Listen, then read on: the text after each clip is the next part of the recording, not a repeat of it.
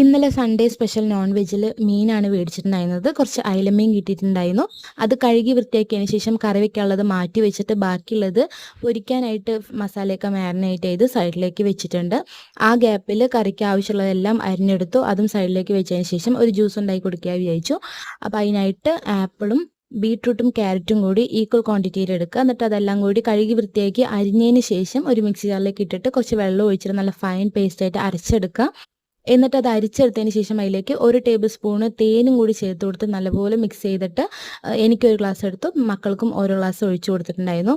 അപ്പോൾ ഞാനും അത് കുടിച്ചതിന് ശേഷം പിന്നെ കറി വെക്കാനുള്ളതെല്ലാം റെഡിയാക്കി എടുത്തു. സിമ്പിളായിട്ടുള്ള അയില മുളകിട്ട കറിയും അയില പൊരിച്ചതുമാണ് ഉണ്ടാക്കിയെടുത്തിട്ടുണ്ടായിരുന്നത്. അപ്പോൾ കറി സൈഡിലേക്ക് താളിച്ച് വെച്ചതിന് ശേഷം ഒരു പാനിൽ അയില പൊരിക്കാനായിട്ട് ഓരോന്നായിട്ട് വെച്ച് കൊടുത്തിട്ടുണ്ട്. അപ്പോൾ ഇന്നത്തെ ലഞ്ച് വളരെ സിമ്പിളായിട്ട് അയില മുളകിട്ട കറിയും അയില പൊരിച്ചതും ചോറും ആയിരുന്നു. ഇന്നത്തെ മിനി വ്ളോഗ് ഇത്രയേ ഉള്ളൂ. നാളെ